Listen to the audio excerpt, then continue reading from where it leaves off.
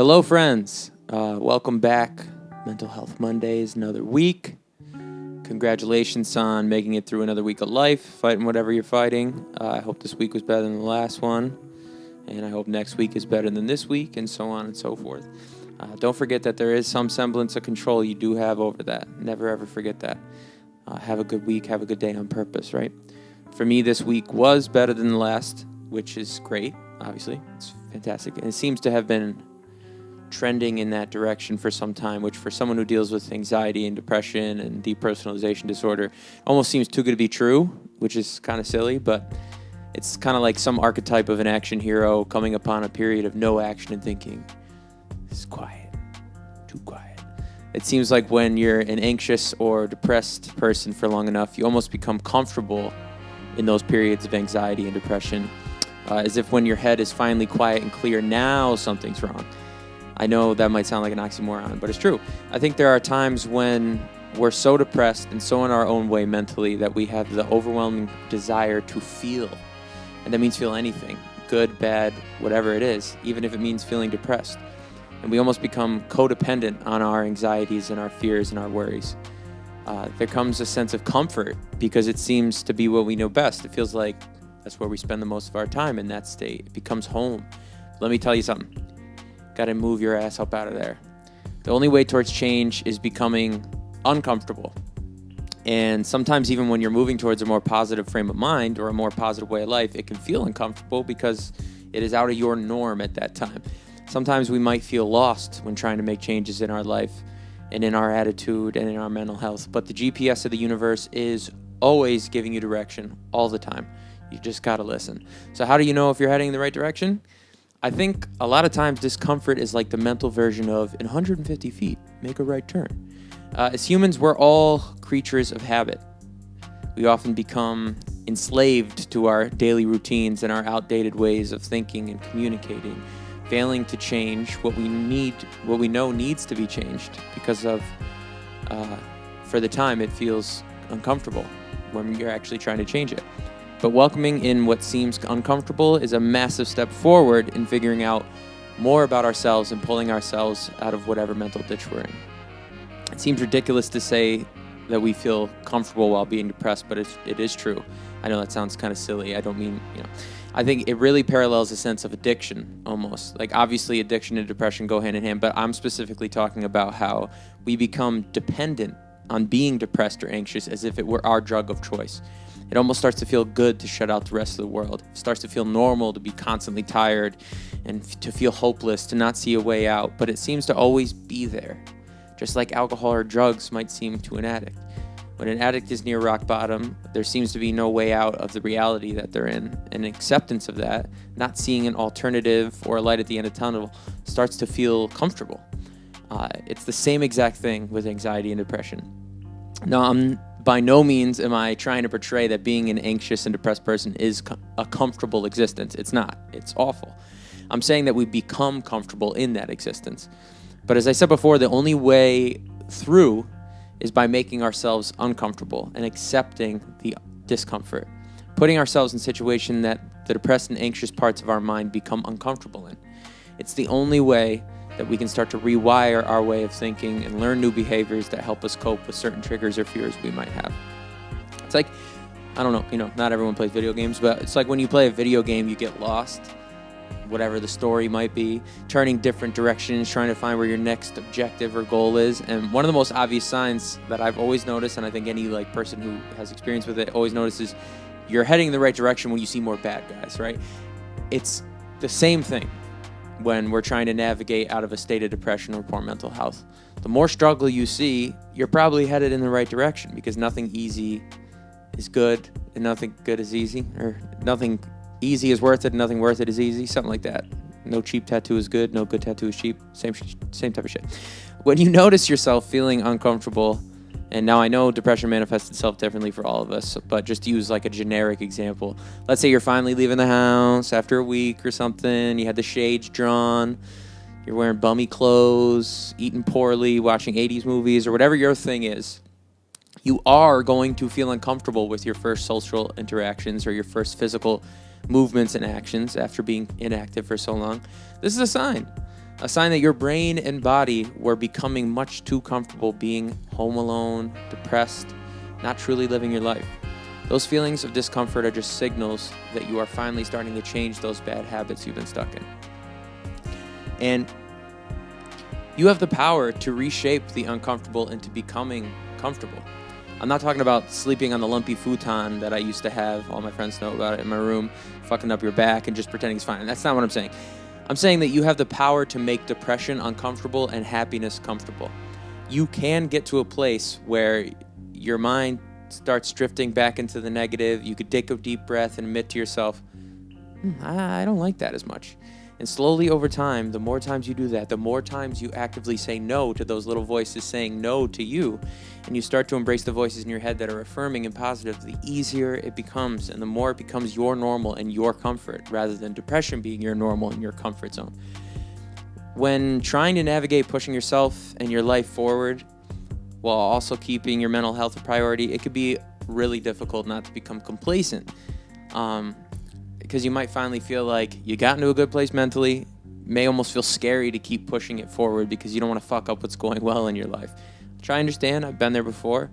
But with some work, some therapy, church, whatever else you may need, whatever might work for you, you can accept change into your life where it's needed and continue moving forward. Not just being like, okay, I've changed enough, I feel comfortable now, my work is done. It's not.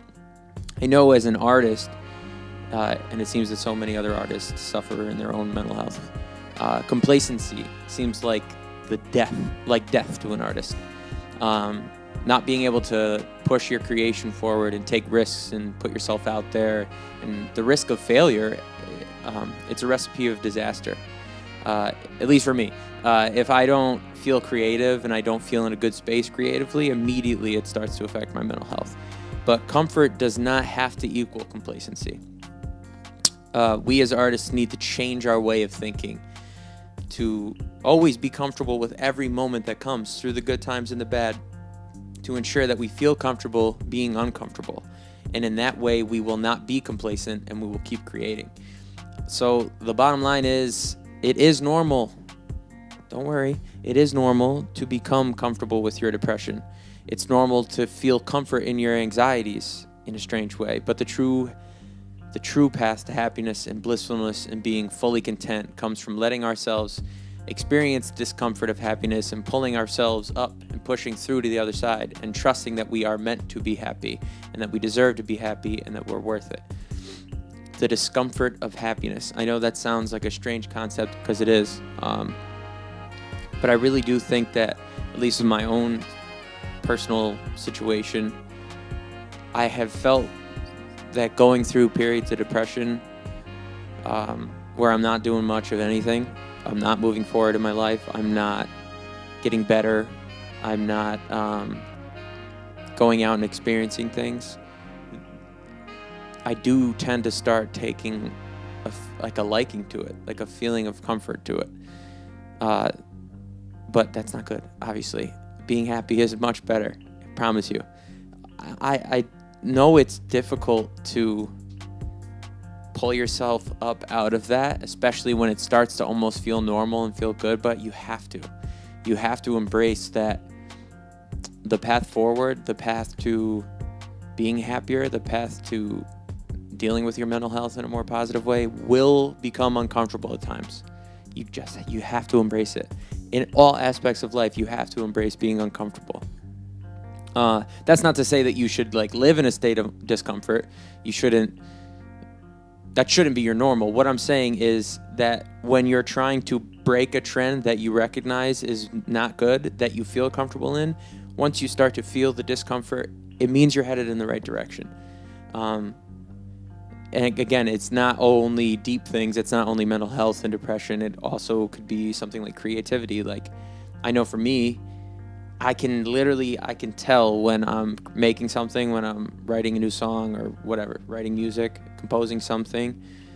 Once it starts to get hard, it's like, oh, now I'm really doing something. Now I'm really making something happen, rather than just relying on my comfort zone, my skills that I don't have to really try. I don't have to push myself. I don't have to expand my thought process and accept new ideas into my head. It becomes comfortable. It becomes uncomfortable when I am going past that, and that's when I know I got something here. I don't mean, again, I don't mean uncomfortable, like, oh, I just mean just a tick off of what you are normally, just your baseline, right? And also, but I'm also not ignorant to the fact that it's very easy and it feels good sometimes to like ignore that and be like, it's too much effort. Just to relate it to like writing music, same thing. When I am at that point in writing a song or something where I'm coming to the crossroads of I could go one way where this is just kind of easy and this is what I know, or I could go and it'll be quicker. I'll just fucking get it over with. I'll just drag this loop 12 more times and, it'll be what it is. It'll sound fine. Most people won't even notice, but I'll know, and every time I hear it, I'll know. When I get to that point, it is easy to just accept that instead of being like, no, I will take the much more extensive amount of time to switch the drum pattern here, or switch the time signature, or make the hi-hats triplets instead of 16th notes for this part, just to trick the listener's ear, maybe without them even knowing. If you're not a musician, you may not have understood what I'm talking about, but just saying that I know that in those moments, it's very easy to fall back into what you're comfortable with. But I'm telling you, pushing forward and embracing being uncomfortable will only improve your life, will only grow you as a person, will only reshape and form positive habits and prove to yourself that you can do something different, that you can become better, that you can improve, that you can learn new things, that you can become stronger. It's important. I really think it's important to mental health. I think it all relates back to mental health. Your mental health has to be good. You're a slave to your own experience in the universe, and it all comes from your head. So if you don't take the control you can over it, then you're going to be the slave to a miserable universe. And I don't wish that upon my worst enemy. I don't wish anything upon my worst enemy. I don't really have a worst enemy, actually. I always thought that expression is kind of funny. Like, someone has to do something really bad to you to be like, my worst enemy, the one I hate more than anyone. I don't really hate anyone. Hate is not the, cheesy hate is a strong word. I don't really hate anyone. And that's not to say people haven't done me wrong, but, I don't know. Just a side note. I just was thinking. Yeah, I don't know. I really do think that there have been multiple phases in my life. Several a year, right? If you deal with anxiety and depression, it's not as much as I feel I'm in a good place. I know that I constantly am dealing with it. So I know it'll probably happen again, but there are those dips, those highs and lows when in those lows, there is a sense of comfort. There's a sense of addiction and dependency on feeling at least something. I know that when I'm sad, when I'm really sad, it's kind of a shitty word because there's so much more depth to it than just being sad. But for me not being able to think of anything better right now, when I'm sad, there is a comfort level in it. It's like, at least I'm feeling this. It seems hard to try to change this into something happy or positive. That would be another alternative, feeling something else. But I feel this right now, so at least I get to feel something. Feel dread. It really does become kind of your baseline or your go-to when you're depressed or anxious all the time. But you gotta stop that. You gotta pull yourself up and be like, no, I can be uncomfortable a little bit. It's not gonna kill me. It's okay. I have to embrace this discomfort that I'm feeling and know that means that things are changing and probably changing for the better. I know it might seem like a confusing way of looking at it, because obviously being uncomfortable is something, like if you're in a situation where you're I'm uncomfortable, trust your gut instinct and get out of that situation. I don't mean this could be interesting and now you're in the back of someone's van or something. That's not what I mean. I'm talking about uncomfortable, the discomfort from within, the comfort that we get from negative things that are in our life that we know are negative, but they're comfortable, they're normal for us, they're what we know, so we refuse to change them, we refuse to move forward. That's the kind of shit that you have to get rid of and embrace the fact that the alternative, that is a much happier, better lifestyle, might feel uncomfortable at first, because every new thing, every new venture is a little uncomfortable. The thing you love most in your life right now was uncomfortable at some point.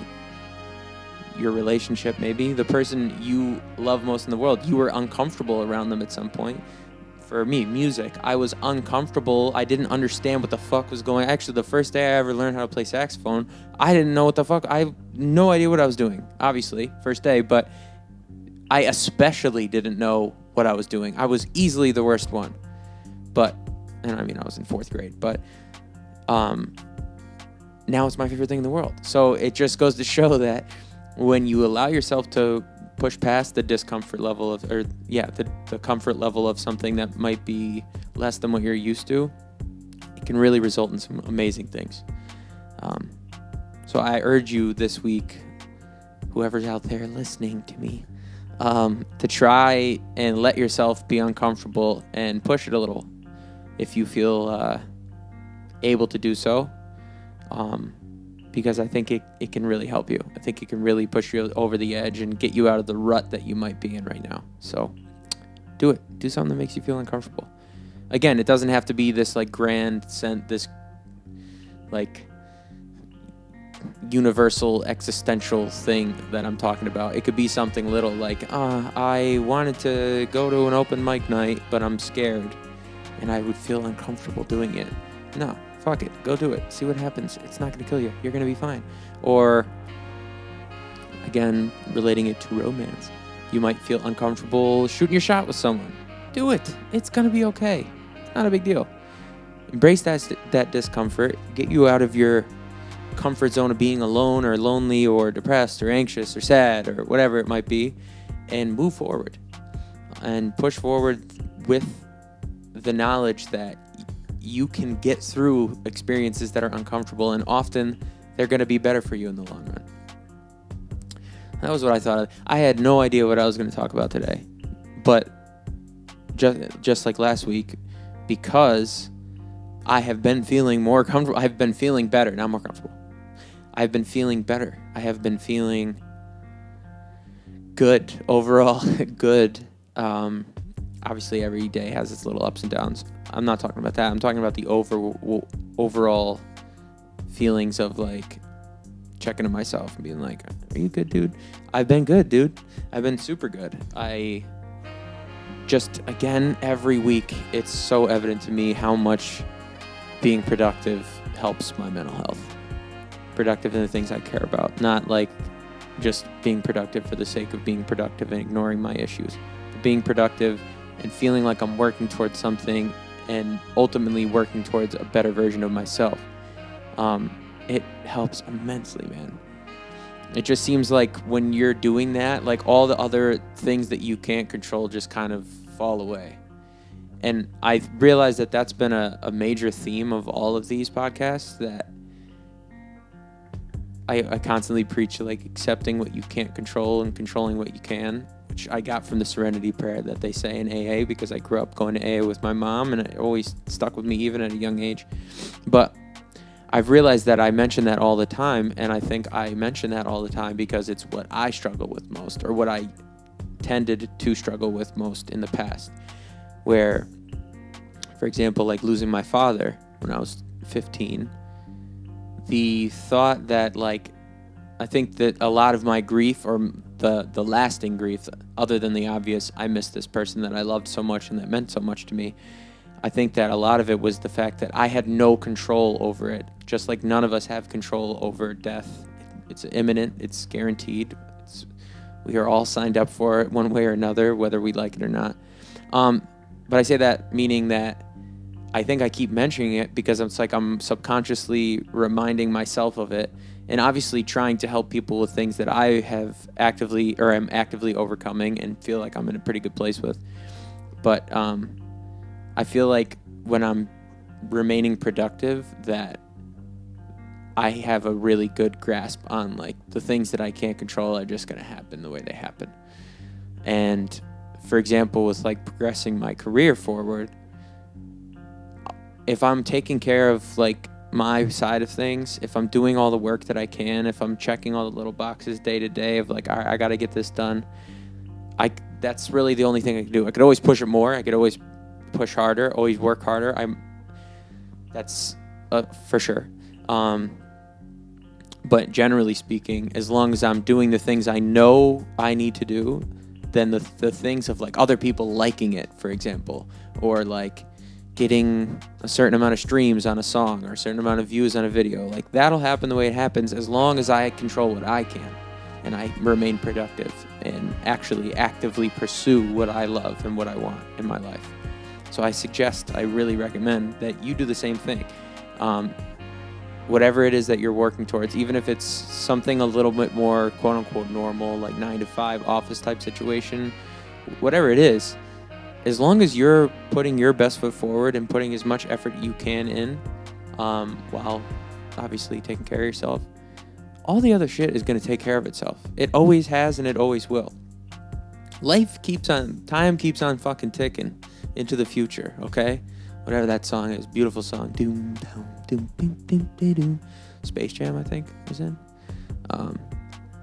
Yeah, Fly Like an Eagle. Duh. All right, anyway, sorry. I got sidetracked. As long as you keep doing your shit, life's going on around you, whether, good, bad, indifferent. It's still going forward. Time's moving forward. So all that stuff is going to fall into place regardless. You can only focus on what you got to do. And I've been doing that, and it's been helping me immensely because it's like, what is the point? What is the point of wasting time and thought?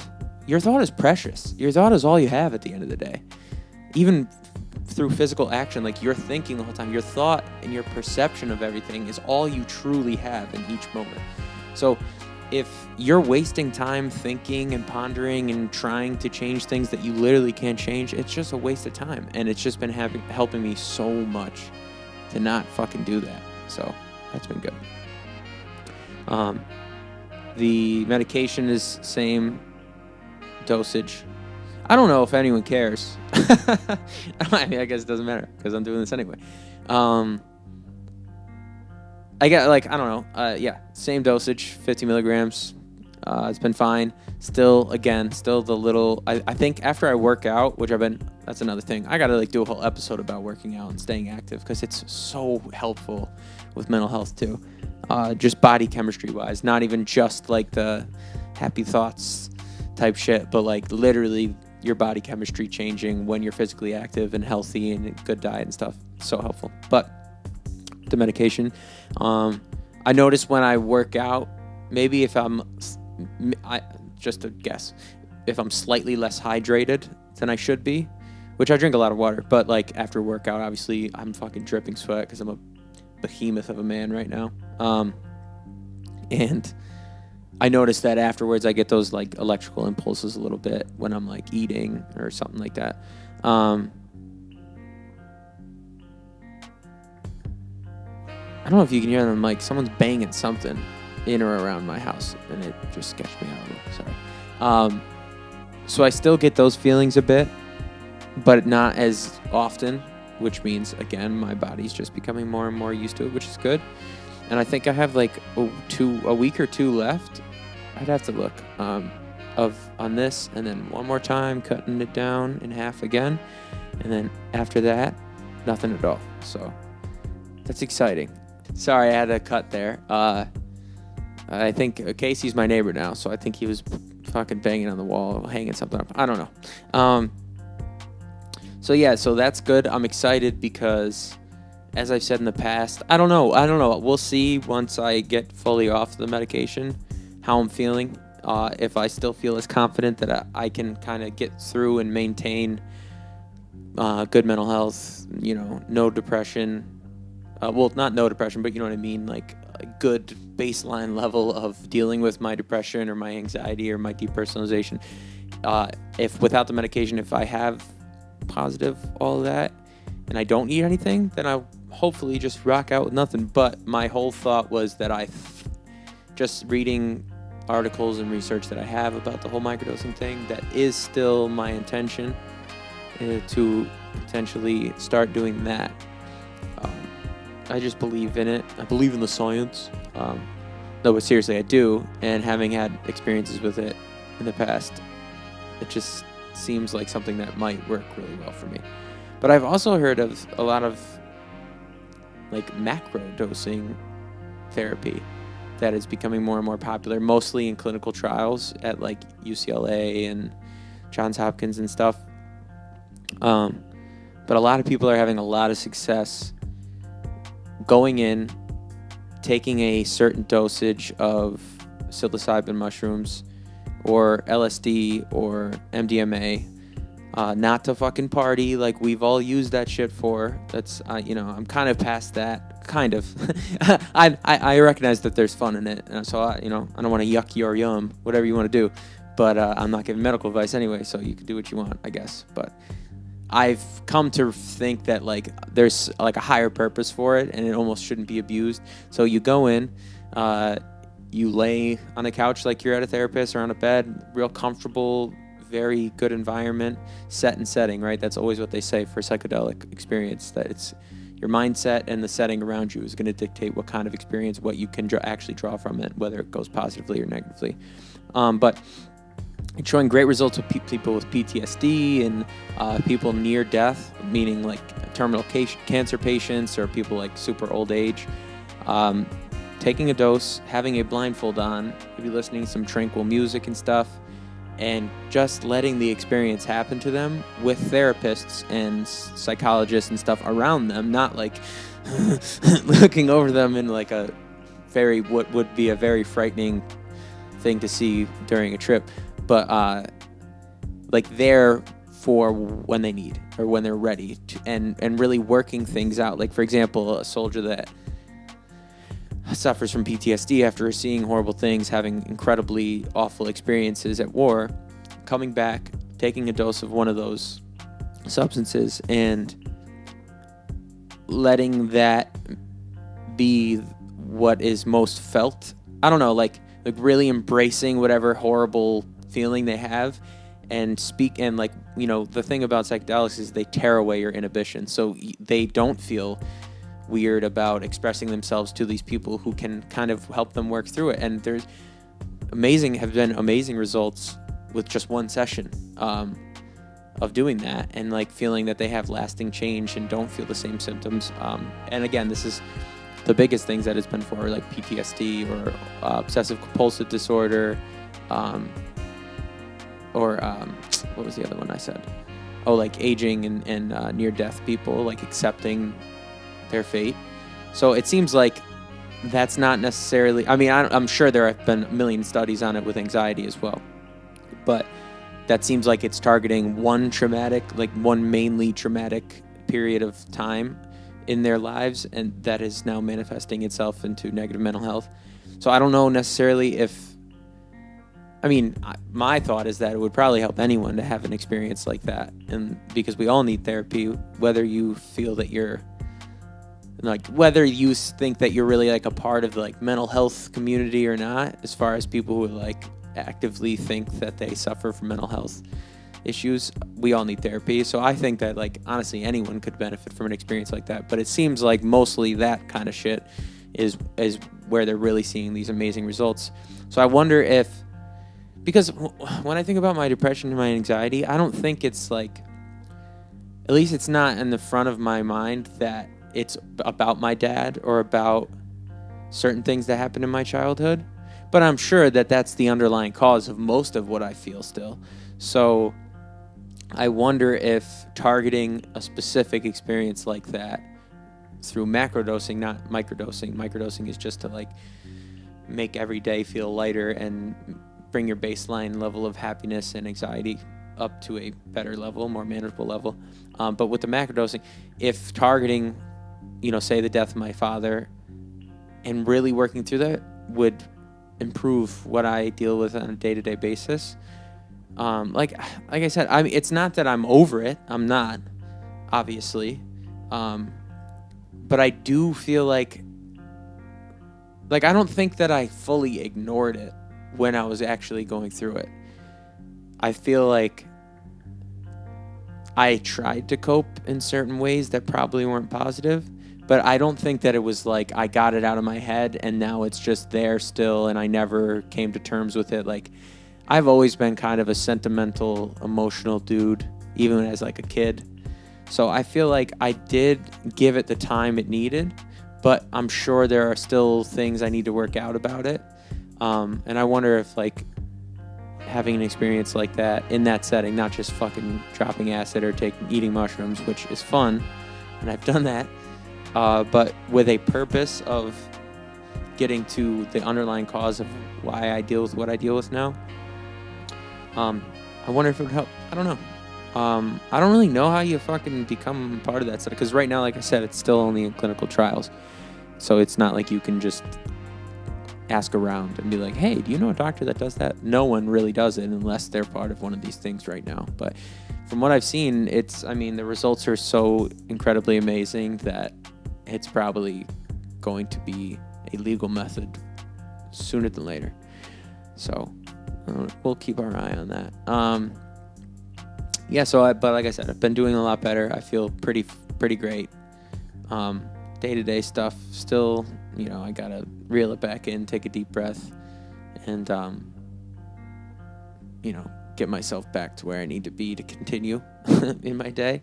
But that's nothing, honestly. When in the grand scheme, like, that's normal. Even people who, again, don't identify as being super anxious or super depressed or whatever, everyone deals with those moments. But I almost feel like because I am anxious and depressed, and I have dealt with it positively for so long, that those little moments that everyone deals with, I'm actually better equipped to deal with them and just brush them off and keep pushing forward. So other than that, overall, everything's been really good. I feel like my eyes right now are either closed or wide open. I don't know if it's the light or they're just dry. We went to brunch earlier, and I had a couple screwdrivers. Not that I'm drunk or anything. I'm fine, but I feel like I'm tired, so my eyes feel tired. So I've just been working a lot on things that mean a lot to me, and continually working on like my communication with my significant other, which is helpful in all of this, and then doing things that I enjoy. I got to hang out with a homie this weekend. I haven't had just like a boys' night with a homie in a while, just because I've been so busy, and just living with significant other, it kind of changes things. Not like you can't do it, but it's just you get into a certain routine with that person that sometimes it's like, oh shit, yeah, I gotta go hang out with a friend. So that was great. And just like doing things I love that are silly but make me happy, it's the best. So I've been doing a lot of all of those things this week, I guess. Just in general, I have been.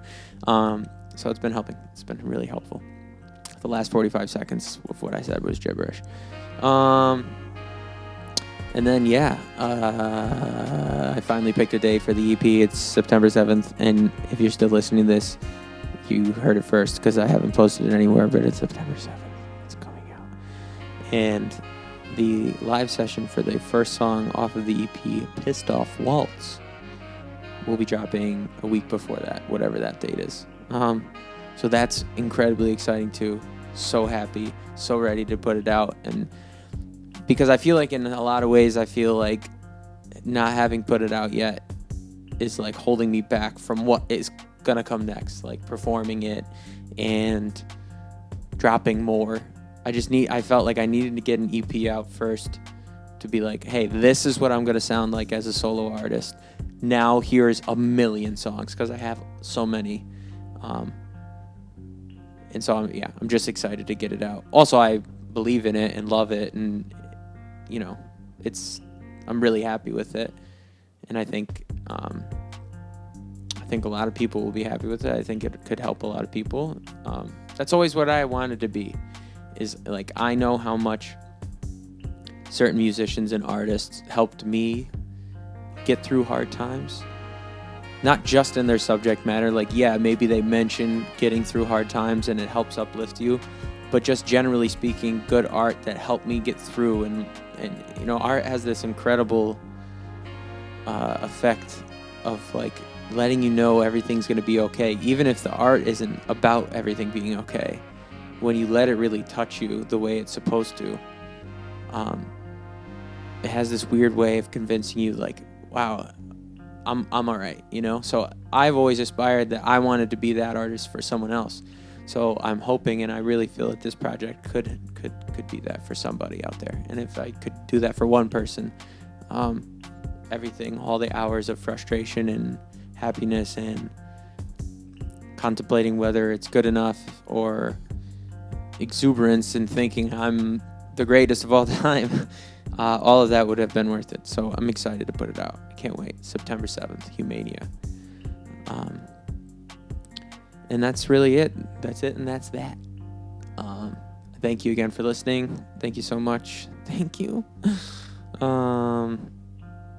Thank you for the support. If you watch this whole thing, it really means a lot to me because I want to keep doing this, and I really feel that we can all help each other. We can all be a little nicer. You can make someone smile today. That's my challenge, actually. Other than the fact that if you listen to this whole thing, maybe you could take bits and pieces of what I said as advice and apply it to your own life. My real challenge to you this week, today, whenever you're listening to this, as it now exists in the ether forever, and you can listen whenever it is now, because if you're listening, it means it's on YouTube and it's not actually in this moment that I'm talking. Make someone smile today. It'll make you smile, and maybe they'll make someone smile, because we all need a smile. Life is really hard, man. So do that. It's a lot easier than you think, too. It's not hard to make someone smile, to make someone's moment, second, minute, day. It's not as hard as it might seem, but it's even more important than it might seem. So that's my challenge for you. Thank you again for listening. Thank you for your support. Humania EP, September 7th, 2022. I think that's the year. So look out for that. Look out for another episode next week. And always remember, I always got to remember, I got this. You got to remember you got this. And if not, we got this. We're always here for each other. So thank you. Peace out. Be good to yourself.